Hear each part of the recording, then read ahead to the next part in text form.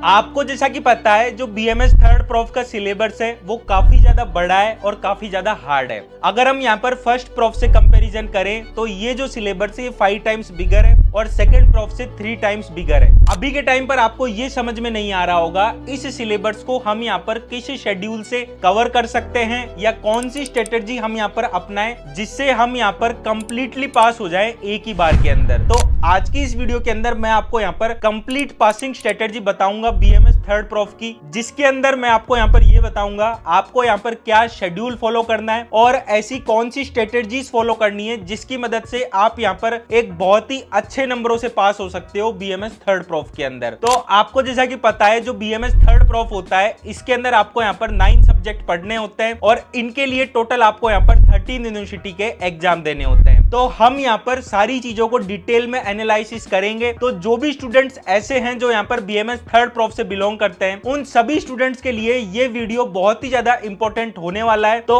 आपको इस वीडियो को लास्ट तक देखना है ताकि आपको यहाँ पर सारी चीजें बहुत ही अच्छे तरीके से यहाँ पर समझ में आ सके। तो hey guys, this side doctor Mohsin Meena, कैसे हैं आप सभी? उम्मीद करता हूँ आप सभी अच्छे होंगे। तो सबसे पहले हम यहाँ पर ये जानेंगे आपको यहाँ पर क्या शेड्यूल फॉलो करना है, उसके बाद में हम यहाँ पर स्ट्रेटेजी को देखने वाले हैं। तो देखो, आपको जैसा कि पता है आपको यहाँ पर 9 सब्जेक्ट पढ़ने होते हैं और इनके लिए टोटल आपको यहाँ पर 13 यूनिवर्सिटी के एग्जाम देने हैं। अब जो आपका अत्यधिक चिकित्सा होता है, इट मींस इमरजेंसी मेडिसिन, इसका यहाँ पर कोई भी एग्जाम नहीं लग रहा होता है। तो अभी के टाइम पर आप यहाँ पर ये समझो कि आपको यहाँ पर 8 सब्जेक्ट्स के 13 यूनिवर्सिटी के एग्जाम देने हैं। अब ये एग्जाम्स जो होंगे ये आपको यहाँ पर कैसे देने हैं, क्या शेड्यूल फॉलो करना है, वो हम यहाँ पर सबसे पहले समझेंगे। तो जैसा कि मैंने आपको बताया, सबसे पहले हम यहाँ पर बीएमएस थर्ड प्रोफ की रामबाण पासिंग स्ट्रेटेजी देखेंगे, जिसके अंदर हम यहाँ पर सबसे पहले ये समझेंगे आपको यहाँ पर क्या शेड्यूल बनाना है।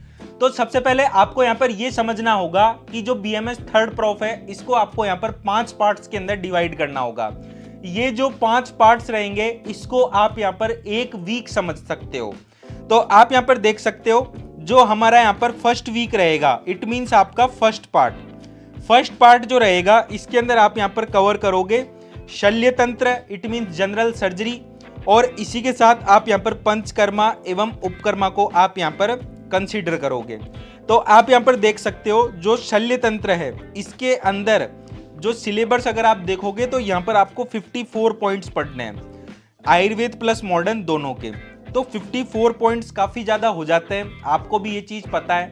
तो इसके साथ आप यहाँ पर क्या करोगे, एक शॉर्ट सब्जेक्ट रखोगे जो कि है पंचकर्मा एवं उपकर्मा। इसके अंदर मात्र यहाँ पर 10 पॉइंट है। अब ये जो शल्य तंत्र है इसके यहाँ पर 2 पेपर लगेंगे, पंचकर्मा का यहाँ पर 1 पेपर लगेगा।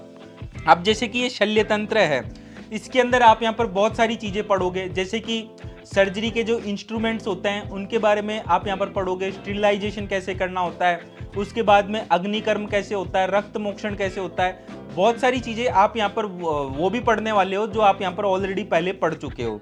तो जो शल्य तंत्र का जो ये सिलेबस है ये थोड़ा टफ पड़ता है। तो बहुत सारी चीजें अगर आपने यहाँ पर पहले से पढ़ी हुई है तो आपको यहाँ पर चीजें काफी ज्यादा आसान लगेंगी। और मैं तो आपसे सीधा सीधा यहाँ पर ये बोलूँगा आपको यहाँ पर PYQ की मदद लेनी है, क्योंकि इतने बड़े सिलेबस के अंदर आपको यहाँ पर PYQ की जरूरत पड़ेगी ही पड़ेगी। उसके बाद में अगर हम पंचकर्मा एवं उपकर्मा की बात करें तो आपको जैसा कि पता है हमने यहाँ पर ऑलरेडी बीएमएस सेकेंड प्रोफ के अंदर भी पंचकर्मा के बारे में पढ़ा है, फर्स्ट प्रोफ के भी अंदर भी आप यहाँ पर थोड़ा बहुत पढ़ के आते हो। तो बेसिक नॉलेज तो हमें यहाँ पर रहती है। तो ये जो सब्जेक्ट रहता है ये बहुत ज़्यादा ईजी सब्जेक्ट होता है, यहाँ पर आपको ज़्यादा दिक्कत आएगी नहीं। तो ये हो गया आपका फर्स्ट वीक का शेड्यूल। सेकेंड वीक का जो शेड्यूल रहेगा उसके अंदर हम यहाँ पर प्रसूति तंत्र एवं स्त्री रोग और कौमार भृत्य, इन दोनों सब्जेक्ट्स को हम यहाँ पर पढ़ने वाले हैं। अभी जो प्रसूति तंत्र एवं स्त्री रोग है इसके अंदर जैसा कि आपको पता है हम यहाँ पर मॉडर्न पार्ट के अंदर गायनेकोलॉजी एंड ऑब्स्टेट्रिक्स पढ़ेंगे, जिसके अंदर हम यहाँ पर लगभग 28 पॉइंट्स कवर करेंगे आयुर्वेद प्लस मॉडर्न के। और अगर हम कौमार भृत्य, इट मीन्स पीडियाट्रिक्स की बात करें तो हम यहाँ पर टोटल 22 पॉइंट कवर करने वाले हैं। इसके अंदर भी आपको आयुर्वेद प्लस मॉडर्न पार्ट पढ़ना है। तो ये जो सेकेंड वीक का जो शेड्यूल है इसके अंदर आप यहाँ पर देख सकते हो दोनों ही सब्जेक्ट्स के यहाँ पर काफ़ी ज़्यादा कम सिलेबस है। तो आपको यहाँ पर करना क्या है, जो PYQ वगैरह है या जो चीज़ें ऐसी है जो आप यहाँ पर ऑलरेडी पढ़ चुके हो वो तो आपकी ऑलरेडी स्ट्रॉन्ग हो गई है, लेकिन जो चीज़ें आपने यहाँ पर नहीं पढ़ी है उनको एक बार आप अगर यहाँ पर पढ़ लोगे तो बहुत सारी चीज़ें आपको यहाँ पर ईजी हो जाएंगी। अब ये जो प्रसूति तंत्र एवं स्त्री रोग है इसके यहाँ पर 2 पेपर लगते हैं और कौमार भृत्य का 1 पेपर लगता है, तो इसे भी आप यहाँ पर बहुत ईजिली कवर कर सकते हो। इसके बाद में हम यहाँ पर शालाक्य तंत्र की बात करें और research methodology and medical statistics की बात करें, जो कि हमारा 3rd वीक के अंदर रहेगा, इट मीन्स 3rd पार्ट। तो शालाक्य तंत्र के अंदर आप यहाँ पर देख सकते हो 63 पॉइंट है, तो इसका सिलेबस काफ़ी ज़्यादा वास्ट है। इसके अंदर आप यहाँ पर मॉडर्न में कंप्लीट ENT को पढ़ोगे, तो ये जो सिलेबस है ये काफ़ी ज़्यादा हार्ड है और इसके अंदर आपको करना क्या होगा, निमोनिक्स वगैरह बनाकर आपको बहुत सारी चीज़ों को यहाँ पर याद करना होगा। काफ़ी ज़्यादा टफ पेपर माना जाता है शालाक्य तंत्र का। और रिसर्च मेथोडोलॉजी की अगर हम बात करें तो यहाँ पर 21 पॉइंट्स हैं, लेकिन ये जो 21 पॉइंट्स हैं काफ़ी ज़्यादा शॉर्ट है। आप अगर एक बार रीडिंग भी कर लोगे तब भी आपको ये चीज़ें बहुत ही अच्छे से क्लियर हो जाएंगी। और जो ये रिसर्च मेथोडोलॉजी है इसका यहाँ पर 1 पेपर लगेगा, शालाक्य तंत्र के यहाँ पर 2 पेपर लगेंगे। उसके बाद में जो हमारा 4th वीक रहेगा, इट मीन्स हमारा 4th पार्ट, इसके अंदर हम यहाँ पर संहिता अध्ययन 3 को कवर करेंगे, जिसके अंदर हम यहाँ पर बेसिकली चिकित्सा स्थान के 30 चैप्टर्स, सिद्धि स्थान के 12 चैप्टर, कल्प स्थान के 12 चैप्टर को हम यहाँ पर कवर करेंगे। तो आप यहाँ पर देख सकते हो 30 + 24 = ये आपके हो गए यहाँ पर 54 चैप्टर्स। तो 54 चैप्टर्स आप यहाँ पर कवर करोगे, लेकिन कुछ चैप्टर्स ऐसे हैं जिनके अंदर आपको यहाँ पर एक ही चैप्टर के अंदर 4-4 चैप्टर देखने को मिलते हैं, जैसे कि चिकित्सा स्थान का पहला चैप्टर या दूसरा चैप्टर। तो आप यहाँ पर ये मान लो एक मोटा कि आपको यहाँ पर 60 चैप्टर करने हैं संहिता अध्ययन 3 में।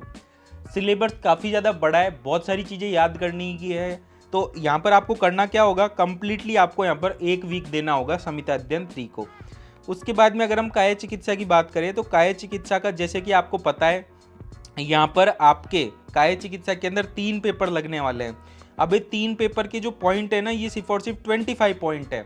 आपको लग रहा होगा ये मात्र 25 पॉइंट है, लेकिन इस 25 पॉइंट के बहुत सारे सब पॉइंट है। इस वजह से इसके यहाँ पर 3 जो पेपर है वो यहाँ पर लग रहे हैं। तो यहाँ पर आपको करना क्या होगा, काय चिकित्सा के लिए भी अलग से आपको 1 वीक देना पड़ेगा। संहिता अध्ययन का 1 ही पेपर लगेगा, लेकिन सिलेबस काफ़ी ज़्यादा बड़ा है और आपको अगर एक ही बार में पास होना है संहिता अध्ययन के अंदर तो आपको यहाँ पर अलग से 1 वीक देना ही होगा संहिता अध्ययन 3 को। तो आप यहाँ पर देख सकते हो हमने यहाँ पर 5 पार्ट्स के अंदर डिवाइड किया। अब देखो आपको यहाँ पर ये चीज़ समझनी है, जो शल्य तंत्र है इसके अंदर आपको निमोनिक्स ट्रिक्स के थ्रू आपको यहाँ पर बहुत सारी चीज़ें याद रखनी है। प्रसूति तंत्र का सिलेबस बड़ा है, लेंथी है, लेकिन ईजी है। बहुत सारी चीज़ें आप यहाँ पर रचना शरीर के अंदर पढ़े हो प्रसूति तंत्र से रिलेटेड, तो बहुत सारी चीज़ें आपको यहाँ पर ईजी लगेंगी। कौमार भृत्य की भी बहुत सारी चीज़ें जो होती है वो आप यहाँ पर ऑलरेडी पढ़ चुके होते हो मॉडर्न के अंदर, तो ये सिलेबस भी आप यहाँ पर कवर कर सकते हो। उसके बाद में जो शालाक्य तंत्र है वो जैसा कि मैंने आपको बताया, अगर आप निमोनिक्स ट्रिक्स वगैरह बनाओगे नहीं तो यहाँ पर आपको याद करने में काफ़ी ज़्यादा दिक्कत आएगी। उसके बाद में संहिता अध्ययन 3 का और काय चिकित्सा का मैंने आपको बता ही दिया, इनके लिए आपको अलग से 1-1 वीक देना है। तो ये तो बात कर ली हमने यहाँ पर सबसे पहले ये कि आपको यहाँ पर क्या शेड्यूल फॉलो करना है।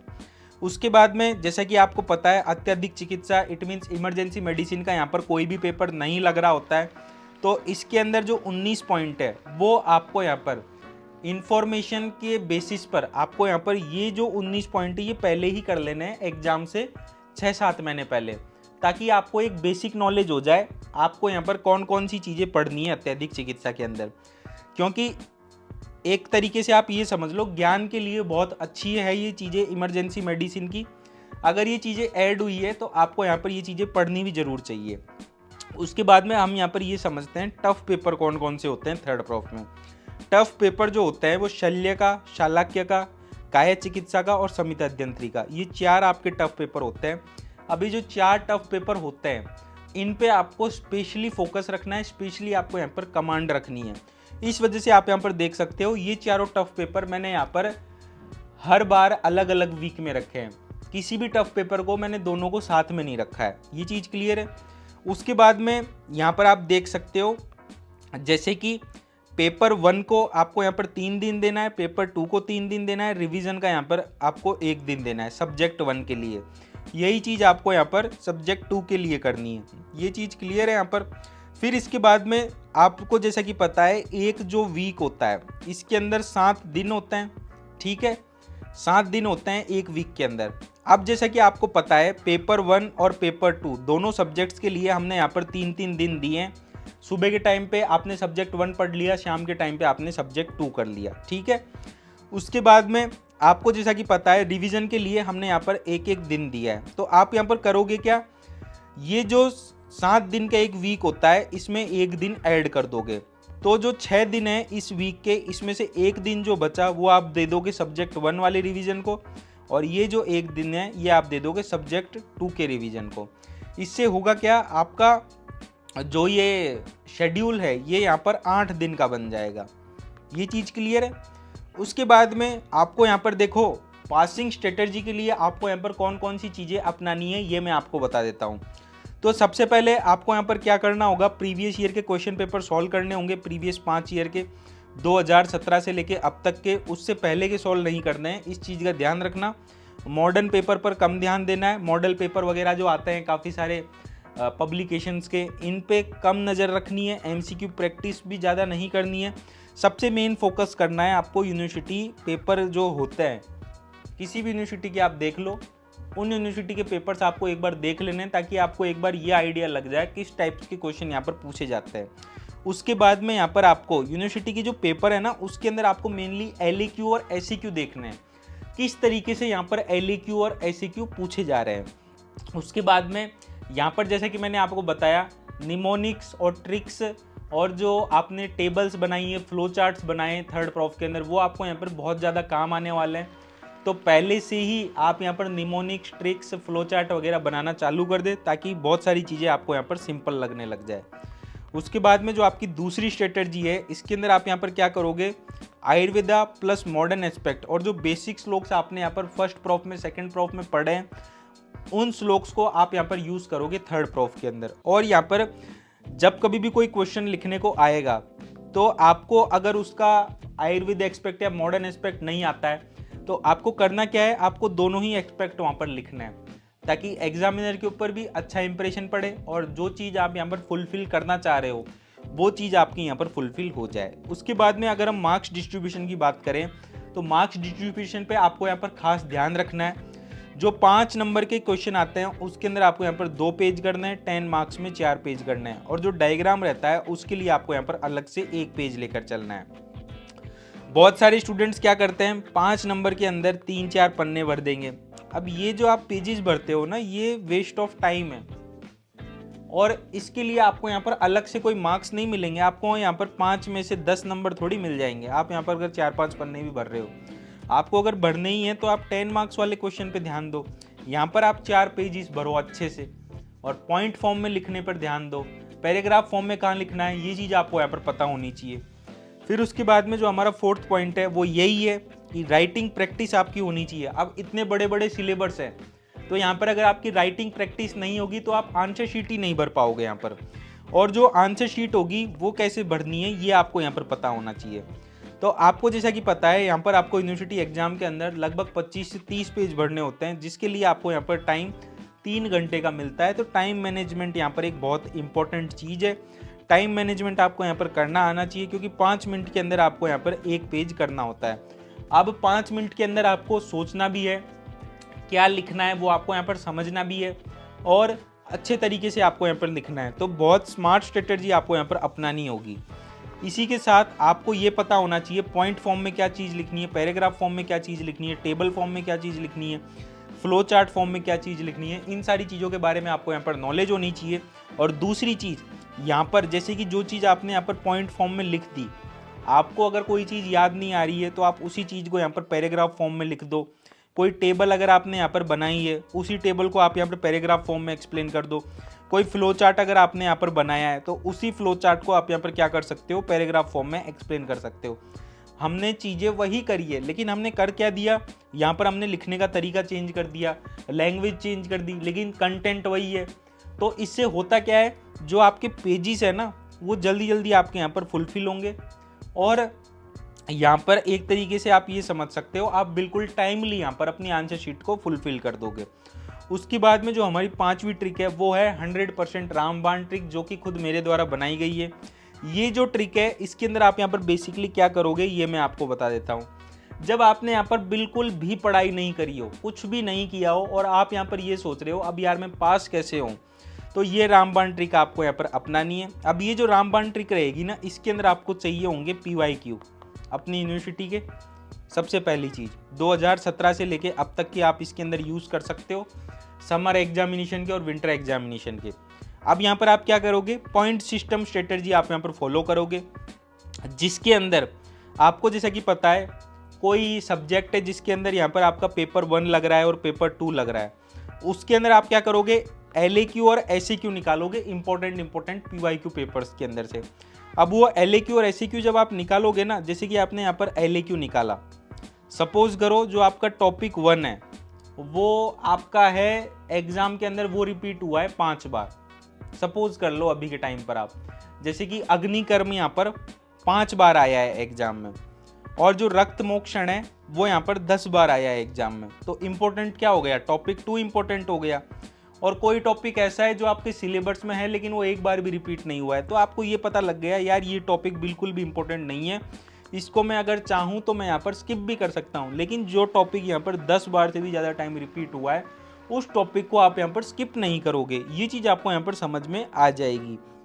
तो यही चीज़ आपको यहाँ पर क्या करनी है, LAQ के अंदर भी इंपॉर्टेंट निकाल लेने हैं, SAQ के अंदर भी इंपॉर्टेंट निकालने हैं। इसकी मदद से आप यहाँ पर कर क्या सकते हो, 80% जो पेपर है ना वो आप यहाँ पर क्रैक कर लोगे।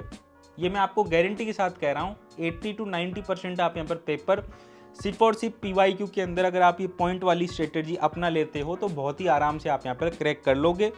और दूसरी चीज़ ये है, आपको जैसा कि पता है LAQ जो होता है वो कितने नंबर का होता है, 10 नंबर का होता है। 4 क्वेश्चन आते हैं, 40 मार्क्स का आपका LAQ हो गया। SAQ के अंदर 8 क्वेश्चन आते हैं, 5 मार्क्स का 1 क्वेश्चन होता है, तो ये भी कितने नंबर का हो गया, 40 मार्क्स का हो गया। 40 + 40 80। तो आप यहाँ पर ये देख सकते हो जो आपका 80% पेपर है वो पूरा LAQ और SAQ पे आता है। और अगर आपने यहाँ पर LAQ और SAQ किए तो आपके जो MCQ हैं वो भी आपके बहुत ही अच्छे तरीके से, लगभग आप यहाँ पर 12 से लेके 18 MCQ आप यहाँ पर सही कर सकते हो। तो आप अगर यहाँ पर देखोगे तो आप यहाँ पर बहुत ईजीली यहाँ पर 60 से 70 नंबर ला सकते हो बहुत ही आसानी से, अगर आप ये स्ट्रेटजीज फॉलो करते हो। क्योंकि ये जो स्ट्रेटजीज है वो ऐसी स्ट्रेटजी है, वो आज से नहीं काफ़ी टाइम से, मैंने भी जब अपनी BMS करी थी मैंने भी यही स्ट्रेटजी अपनाकर अपना BMS पास किया था। मैं खुद आपको बता रहा हूँ सच। तो आपको भी यही स्ट्रेटजी अपनानी है। अगर आप ये स्ट्रेटजी अपनाओगे ना तो चीजें क्या होंगी, बहुत ज्यादा इजी हो जाएंगी आपके लिए। बाकी जो स्टूडेंट्स ऐसे हैं जो अभी के टाइम पर BMS 3rd प्रॉफ की ऑनलाइन क्लासेस ढूंढ रहे हैं, वो हमारा यहाँ पर अभय बैच के अंदर इनरोल कर सकते हैं, जिसके अंदर हम यहाँ पर आपको सारे सब्जेक्ट्स पढ़ाएंगे, आयुर्वेद प्लस मॉडर्न के। गवर्नमेंट कॉलेज की फैकल्टीज आपको यहाँ पर पढ़ाएंगी। सारी चीजें आपको यहाँ पर बहुत ही आसान भाषा में मिलने वाली है। और आपको जैसा कि पता है हम यहाँ पर हर साल की तरह इस साल भी हम यहाँ पर क्लिनिकल इसके अंदर फ्री में पढ़ाने वाले हैं। हमने यहाँ पर 2nd प्रॉफ के अंदर भी फार्मा और पैथो का क्लिनिकल सब्जेक्ट जो था वो हमने यहाँ पर कंप्लीट क्लिनिकल क्लासेस जो उसकी थी वो हमने वहाँ पर कंप्लीटली फ्री कर दी। तो यहाँ पर भी आपको बहुत सारी क्लिनिकल क्लासेस फ्री में मिलेंगी इस अभय बैच के अंदर। तो आप जरूर से जरूर एक बार डेमो क्लासेस देखें और जरूर से जरूर आप एक बार हमारी टीम को रीच आउट करें, ताकि जो भी आपके डाउट्स है वो हमारी टीम आपके क्लियर करे। डिस्क्रिप्शन बॉक्स में मैंने मेरी टीम का हेल्पलाइन नंबर दिया हुआ है। बाकी आपको कोई डाउट है या कोई क्वेरी है तो आप कमेंट सेक्शन में कमेंट करके बताएं, मैं उन क्वेरीज का रिप्लाई देने की पूरी कोशिश करूंगा। तो इस वीडियो के अंदर इतना ही था। This side doctor Mohsin Meena signing off. नमस्कार।